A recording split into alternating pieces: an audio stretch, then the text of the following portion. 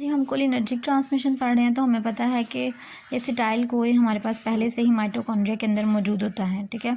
Colin हमारे पास नहीं होता, कोलिन हमारे पास मेम्ब्रेन के बाहर से जो है वो ट्रांसपोर्ट होकर आता है। एसिटाइल कोई और कोलिन जो है वो आपस में मिलते हैं। कोलिन एसिटाइल ट्रांसफरेज ये एक एंजाइम होता है, ठीक है, इसकी मदद से तो ये आपस में मिलकर एसिटाइल कोलिन बना देते हैं। अब एसिटाइल कोलिन की यहाँ पर होनी होती है स्टोरेज के लिए उसने वेजिकल के अंदर जाना होता है, ठीक है। एसिटाइल कोलिन ने वेजिकल के अंदर जाना है तो यहाँ पे हमारे पास होते हैं वेजिकल एसोसिएटेड ट्रांसपोर्टर, यानी जो कि हेल्प करते हैं ट्रांसपोर्ट करने की एसिटाइल कोलिन की वेजिकल के अंदर। तो यहाँ पे हमारे पास एसिटाइल कोलिन जो है वो वेजिकल के अंदर चली जाएगी with the help of vesicle associated transporters. अब एसिटाइल कोलिन ने जो है यहाँ पे नर्व टर्मिनल पे जाकर रिलीज़ होना है, ठीक है। तो वो इस तरह से रिलीज़ नहीं होगी, यहाँ पे इसको जो है वो कैल्शियम चैनल्स के थ्रू थोड़ा सा कैल्शियम चाहिए होता है। यहाँ पे कैल्शियम चैनल्स के थ्रू जो है वो कैल्शियम अंदर आता है। और यहाँ पे एक मज़े की बात ये है कि यहाँ पे एक प्रोटीन होती है जिसको हम कहते हैं स्नेयर प्रोटीन, ठीक है। स्नेयर प्रोटीन, स्नेयर जो है वो स्टैंड्स फॉर, स्नेयर जो है उसका मतलब होता है soluble N ethyl maleimide sensitive factor attachment protein receptor, ठीक है। तो स्नेयर प्रोटीन होती हैं। अब स्नेयर प्रोटीन जो है ना, ये देखिए यहाँ पे हमारे पास वी स्नेयर होगी, ठीक है, जो कि हमारे वेजिकल के ऊपर होगी।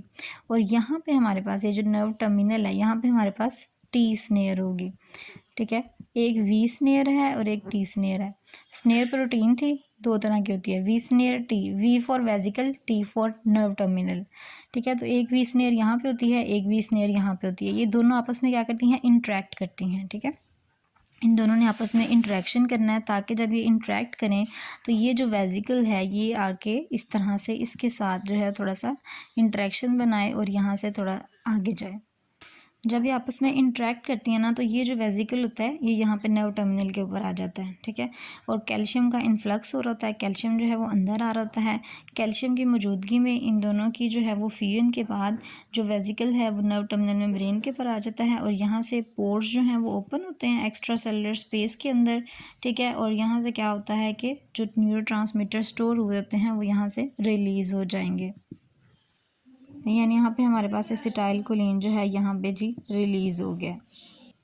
अब ये जब बाहर आता है तो यहाँ पे हमारे पास एक एंजाइम होता है एसिटाइल कोलिन एस्ट्रेज, ठीक है। एसिटाइल कोलिन एस्ट्रेज जो है वो एसिटाइल कोलिन के ऊपर एक्ट करता है और अगेन इसको दो में डिवाइड कर देता है, ठीक है। एक हमारे पास आ जाता है यहाँ पे एसीटेट, ठीक है, और एक हमारे पास आ जाता है कोलिन, ठीक है जी। तो इन्होंने क्या किया, इसको जो है वो दो में डिवाइड कर दिया, ठीक है। एसीटेट और कोलिन में जो है वो मेटाबोलाइज हो जाता है। इस तरह से जो है ये प्रोसेस अगेन एंड अगेन, ये प्रोडक्ट एक्सक्रीट नहीं होती बल्कि रिसाइकिल होती रहती है बॉडी के अंदर। अब अगर आपसे पूछा जाता है कि इस सारे प्रोसेस के अंदर आप हमें ये बताएं कि जो रेट लिमिटिंग स्टेप्स हैं वो कौन कौन से हैं। तो रेट लिमिटिंग स्टेप्स बेसिकली वो वाले स्टेप्स होते हैं जहाँ पे हम किसी भी चीज़ को रोक सकते हैं। जैसे ये कोलिन अंदर आ रहा है ना, अगर हम इसको यहाँ से रोक दें, ना आने दें, तो ये प्रोसेस जो है वो रुक सकता है, ठीक है। तो इसको हम कहते हैं रेट लिमिटिंग स्टेप। यहाँ पे एक ड्रग बेसिकली यूज़ होती है हेमिकोलिन, ठीक है। अगर हम हेमिकोलिन का यूजेज यहाँ पे करते हैं या यहाँ पे ये ड्रग आ जाती है तो ये कोलिन के अंदर ट्रांसफ़र नहीं हो पाती। तो ये हमारे पास पहला जो है ना वो रेट लिमिटिंग स्टेप है कि जहाँ पे हम इसकी ट्रांसमिशन को जो है वो रोक सकते हैं। हेमिकोलिनियम, कुछ लोग हेमिकोलिनियम कोलिनियम कहते हैं, ठीक है, हेमिकोलिनियम सॉरी। तो हेमिकोलिनियम जो है ना अगर यहाँ पे आ जाए तो उसकी वजह से ये प्रोसेस जो है वो यहीं पे ही स्टॉप हो जाता है। अच्छा, दूसरा रेट लिमिटिंग स्टेप कौन सा है, यहाँ पे देखें ये एसिटाइल कोलिन जो है वो अंदर जा रही थी वेजिकल के अंदर, ठीक है, वैट के थ्रू। तो अगर जो एसिटाइल कोलिन जो है वो एसिटाइल कोलिन अगर हम वेजिकल के अंदर जाने से रोक दें, यहाँ पे हमारे पास एक और जो है वो ड्रग होती है वज़ेमिकोल, ठीक है। वज़ेमिकोल जो है अगर यहाँ पे एक्ट करे तो वज़ेमिकोल जो है वो एसिटाइल कोलिन को इस वेजिकल के अंदर जाने से रोक सकती है। हमने दो तरह के जो है वो रेट लिमिटिंग स्टेप पढ़ लिए। एक यहाँ पे कोलिन अगर अंदर नहीं जाएगी हेमिकोलिनियम की मदद से, और अगर यहाँ पे जो है वो एसिटाइल कोलिन वेजिकल के अंदर नहीं जाएगा वज़ेमिकोल की मदद से, ड्रग की वजह से, तो फिर यहाँ पर ये स्टेप जो है वो रुक जाएगा।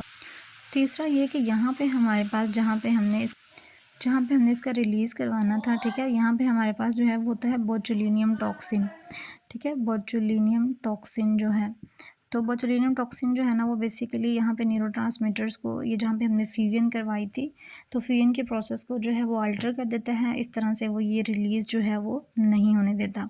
तो यहाँ पे अगर बोtulinum टॉक्सिन होगा तो बोtulinum टॉक्सिन की ड्रग जो है वो इसके रिलीज़ के प्रोसेस को रोक देती है। तो ये हमारे पास तीसरा रेट लिमिटिंग स्टेप है। तो ये हमने पढ़ा है कि कोलिनर्जिक की ट्रांसमिशन जो है वो किस तरह से होती है, ठीक है। और इसके अंदर जो 3 रेट लिमिटिंग स्टेप है जहाँ पे हम इस प्रोसेस को रोका जा सकता है वो किस तरह से होता है। और लास्ट प्रोडक्ट हमारे पास एसीटेट और कोलिन होती है जो कि अगेन एंड अगेन रिसाइकल होती रहती है, ठीक है। तो ये हमारे पास सारा जो था वो कोलिनर्जिक ट्रांसमिशन का प्रोसेस था।